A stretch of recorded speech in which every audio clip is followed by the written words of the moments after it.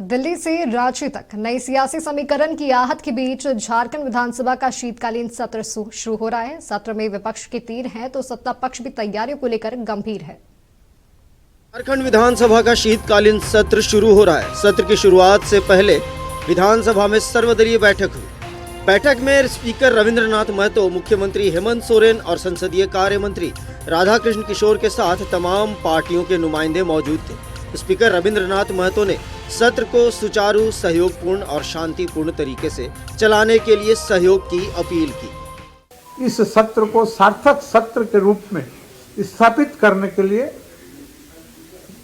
सभा सचिवालय को और विधानसभा का इस कार्यकाल को अपेक्षित सहयोग देने के लिए हाँ भी बोले, स्वीकार भी किए कि नहीं, इस सत्र को ठीक ढंग से चलना चाहिए ताकि हमारे जो 3.5 करोड़ जनता जिसका निगाह इस राज्य के सर्वोच्च पंचायत यानी विधानसभा के प्रति है, उनका आस्था विधानसभा के प्रति बनी रहे। ये तय हुआ कि कोई परिवर्तन नहीं होगा। जो शेड्यूल्ड फिक्स्ड है विधानसभा का 5 तारीख से 11 तारीख तक वो चलेगा।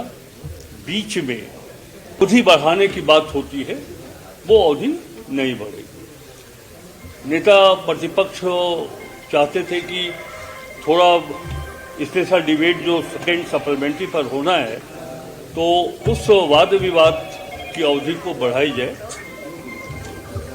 तो इस पर हम लोगों ने सहमति दे दी है कि जिन माननीय सदस्यों को द्वितीय अनुपूरक बजट के अवसर पर कोई भी विषय को रखना है तो वो वाद विवाद में अपनी बातों को रख सकते हैं। विधानसभा का शीतकालीन सत्र 5 दिसंबर से 11 दिसंबर तक चलेगा।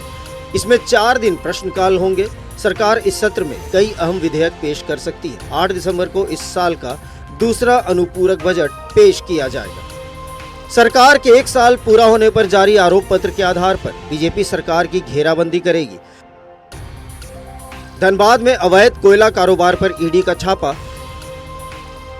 शराब घोटाले में ईडी की ECIR, बेरोजगारी, कानून व्यवस्था और भ्रष्टाचार जैसे मुद्दों पर विपक्ष के हमलावर होने की पूरी संभावना है। घाटशिला के नए विधायक सोमेश सोरेन पहली बार विधानसभा सत्र में शामिल होंगे। वे घाटशिला में बंद पड़ी कंपनियों को खुलवाने के मुद्दे को सदन में उठाना चाहेंगे। विपक्ष मैया समान योजना में नए लाभुकों को नहीं जोड़े जाने का मुद्दा बनाने का मन बना चुकी है।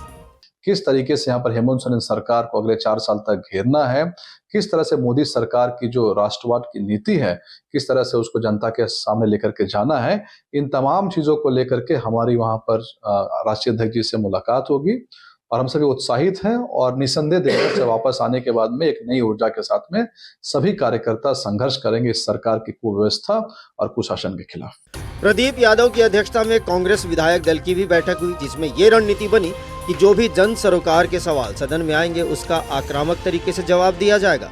सत्र को ज्यादा से ज्यादा उपयोगी बनाने के लिए कांग्रेस कोटे के चारों मंत्री पूरी तैयारी के साथ सत्र में उपस्थित रहेंगे। बाधा तो यही है, आप तो देख रहे कि बाधाएं तो यही है कि भारतीय जनता पार्टी जहां उनकी नीति की सरकार नहीं है, उनके मनोनुकूल सरकार नहीं है, उन पर अंकुश लगाती है। उनके हिस्से के जो हमारा संवैधानिक अधिकार है कि हमें हिस्सा देना होगा राज्य को, उन पैसों को रोक के रखती है।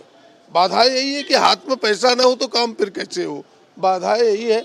उन तमाम चीजों पर अभी विस्तार से चर्चा करेंगे।